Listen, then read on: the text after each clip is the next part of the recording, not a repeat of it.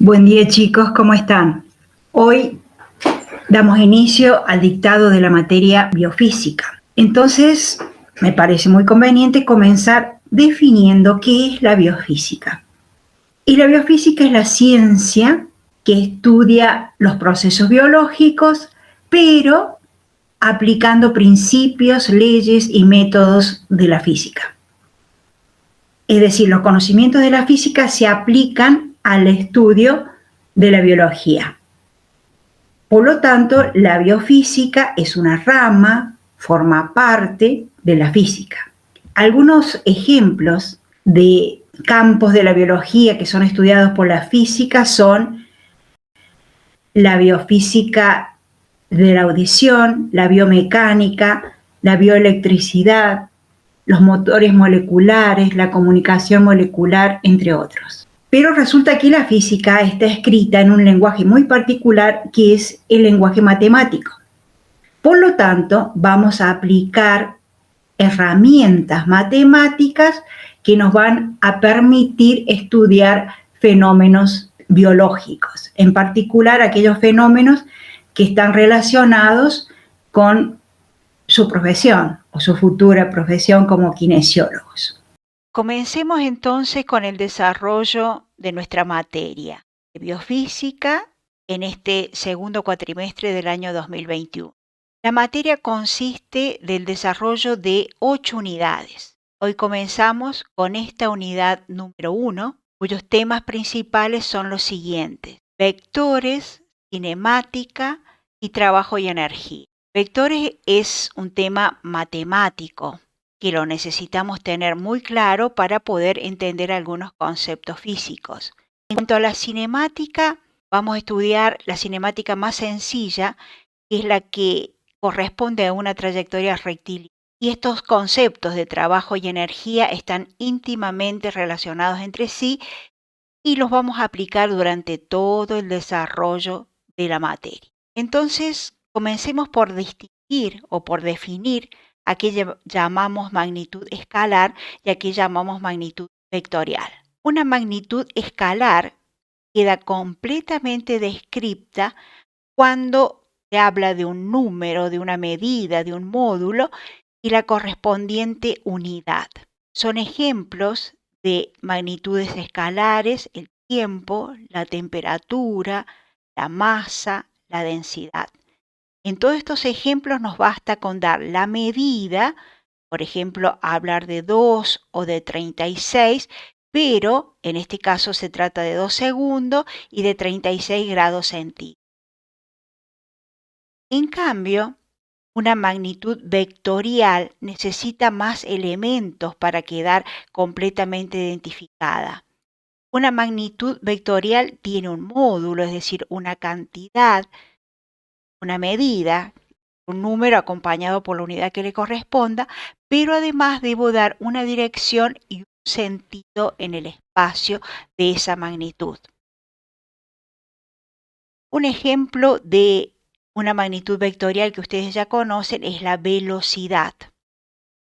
Yo puedo decir que un automóvil tiene una velocidad de 100 kilómetros por hora, pero no queda completamente identificada la velocidad si yo además no doy la dirección y también el sentido.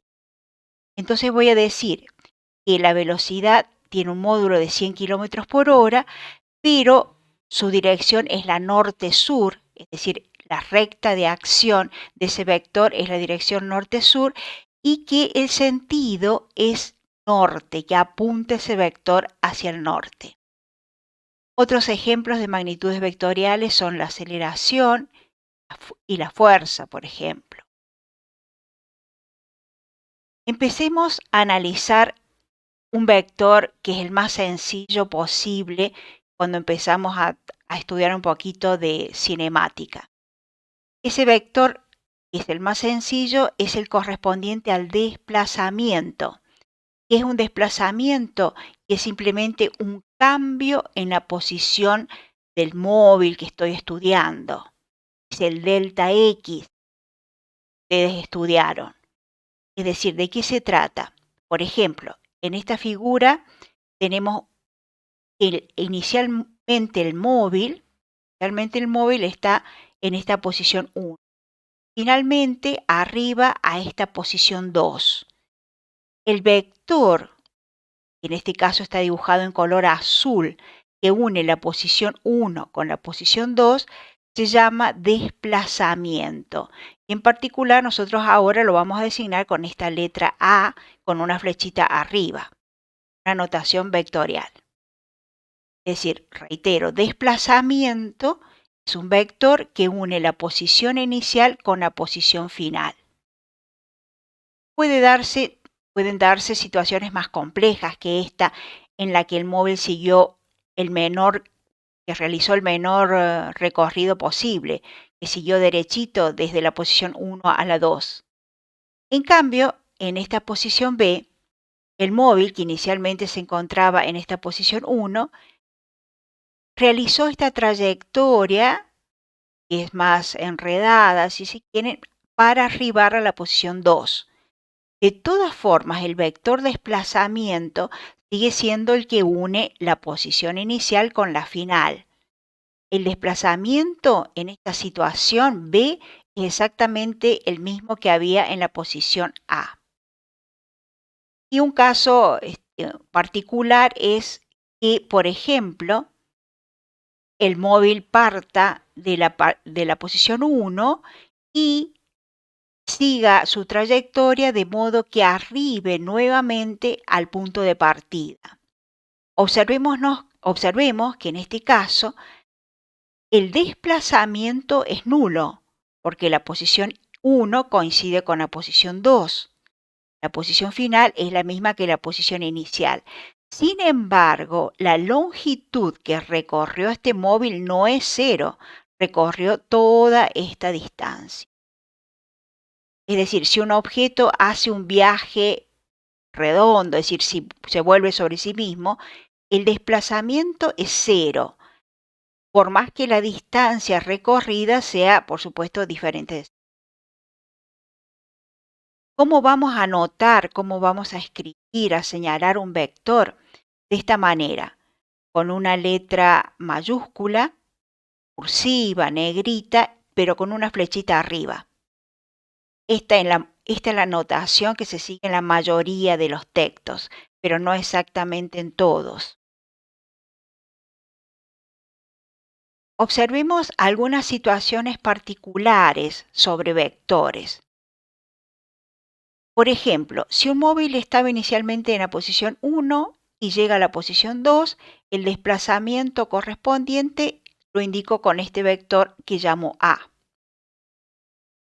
Si otro móvil, otra partícula, si quieren, otro peatón, está en la posición 3 y arriba a la posición 4, el desplazamiento que le corresponde lo llamo A'.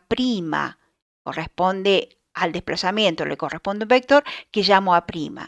Pero A' es exactamente igual al vector A. ¿Por qué? Porque ambos vectores tienen direcciones paralelas, pero sí tienen el mismo sentido, apuntan hacia el mismo lado y también tienen el mismo módulo, la misma medida. En cambio, si tenemos un tercer móvil o un tercer peatón que sale de la posición 1 y arriba a la posición 6, este peatón realiza un desplazamiento que llamo B. Y ese desplazamiento B, fíjense, vectorialmente es igual a menos el vector A. ¿Eso qué me indica? Que en módulo este desplazamiento B vale lo mismo que el A, que la dirección es la misma, que la dirección de este vector B es paralela a la dirección del A. La misma dirección, el mismo módulo, pero es precisamente este signo menos me indica que el sentido es opuesto.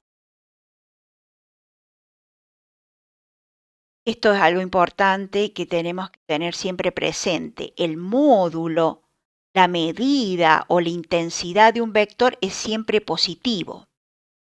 Es cuánto mide, no puede haber una medida negativa. ¿Y al módulo cómo lo voy a anotar? Y fíjense, al módulo del vector A Cuando hable de módulo, voy a escribir la letra A mayúscula, pero sin la flecha arriba.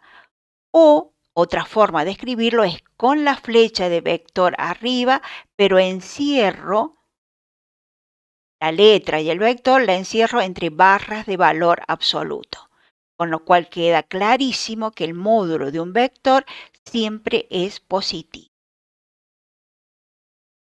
Bueno, después de lo que hemos visto respecto a vectores, y como la interacción no puede ser directa, sí les planteo la siguiente cuestión.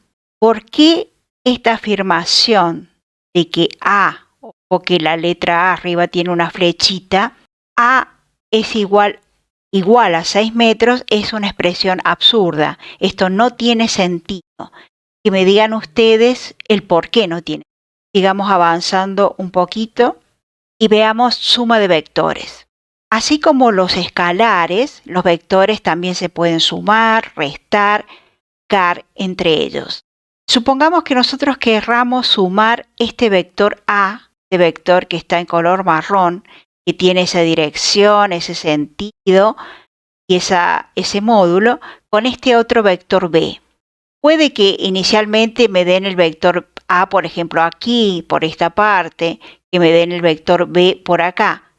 Pero lo que tengo que hacer yo para poder sumarlo es poner un vector a continuación del otro.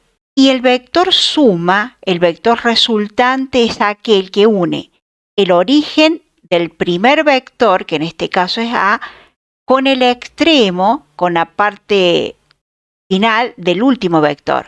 Es decir, coloco A continuación el vector B, respetando siempre módulo, dirección y sentido, desplazándolo de manera paralela para lograr eso, poner uno a continuación del otro, y el vector suma nace en el origen del primer vector y termina en el extremo del último vector.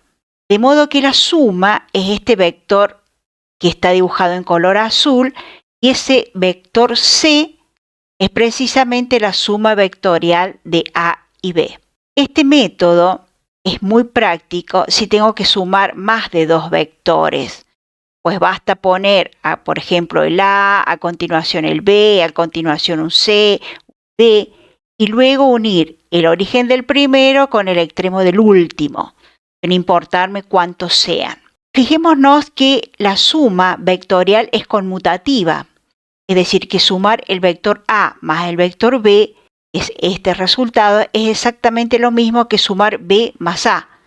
Es decir, primero coloco el vector B, a continuación el A, y el resultado es un nuevo vector que va desde el origen del primero, desde el origen de B, hasta el extremo del último, que ahora es A. Y este vector C, por eso lo llamamos con la misma letra que este que está acá, son exactamente iguales. Tienen la misma longitud, el mismo módulo, la misma dirección y el mismo sentido. Son paralelos entre ellos, y las otras dos magnitudes, las otras dos características, es decir, el módulo y el sentido, son iguales. Hay otra forma de sumar vectores, que es utilizando la regla del paralelogramo, para lo cual tengo que colocar los dos vectores que me dan, el vector A y el vector B, los coloco de modo que tengan un origen en común. En el mismo punto, entonces, está el origen del vector A y del vector B. ¿Y qué es lo que hago? Y mire, por ejemplo, al vector A lo traslado de manera paralela hasta llegar al extremo de B. Lo trasladé, sería en una prima que está aquí. Y al vector B lo llevo paralelo a sí mismo con una reglita y lo coloco aquí cuando toca el extremo del A. Y allí construí un paralelogramo, es decir, el paralelogramo tiene este que está aquí, y precisamente la diagonal de ese paralelogramo representa la suma del vector A más el vector B. Es exactamente lo mismo que habíamos. Este vector C es igual a este que habíamos encontrado en un principio. Hay algunos casos donde la suma de vectores es sumamente sencilla, más sencillo que esto que acabamos de ver. Y esos casos pertenecen a la suma, pero de vectores paralelos. Los vectores paralelos podrán tener el mismo sentido, sentidos opuestos. comencemos a sumar vectores que sean paralelos y que tengan el mismo sentido. Por ejemplo, el vector A y el vector B son así, horizontales, en este caso porque es la forma más sencilla de representarlos, pero tienen la misma dirección, la misma recta de acción y además apuntan hacia el mismo lado, tienen sentido igual. Entonces, ¿cómo lo sumo? Y mire, a continuación de la A sigue valiendo la regla, la primera. Primero coloco el vector A continuación el vector B, y el vector que comienza en el origen del primero y termina en el extremo del último, este vector está dibujado en color azul, es la suma de A más B.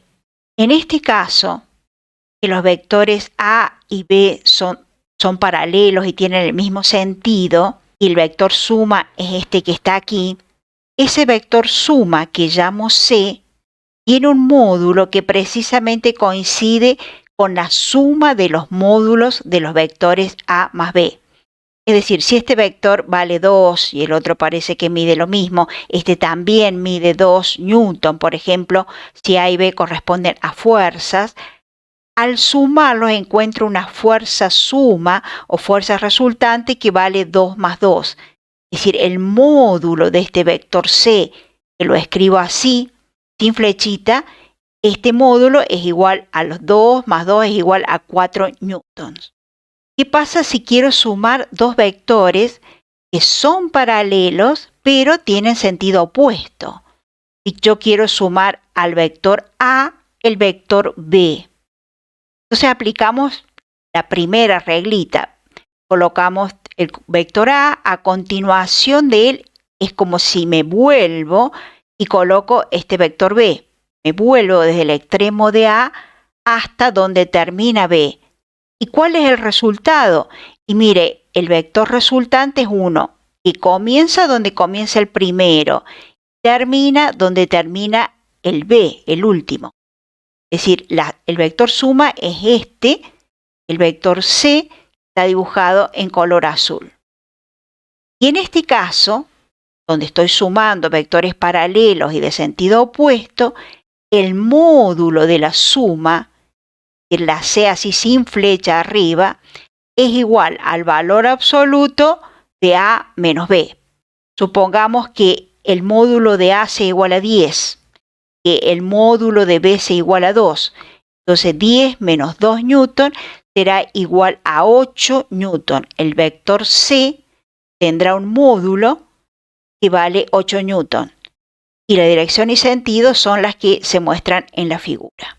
Veamos qué pasa cuando se multiplica un vector por un escalar, por un número. Y depende si ese número es positivo o si es negativo. Pero si ese número es positivo, lo que voy a obtener es un nuevo vector. Este vector, por ejemplo, que como el escalar es igual a 2, tiene tamaño que es igual al doble del vector A. Es decir, 2 veces el vector A es 2 veces más grande que el primer vector, que el vector inicial. Si en cambio multiplico por un escalar que es negativo, por ejemplo el menos 3, al vector inicial, al vector A, se le debe invertir el sentido. Ahora, en lugar de apuntar hacia la derecha, va a apuntar hacia la izquierda. Invierto el sentido y el numerito 3 ahora me dice que el módulo de este nuevo vector es 3 veces el módulo de A, pero con dirección opuesta.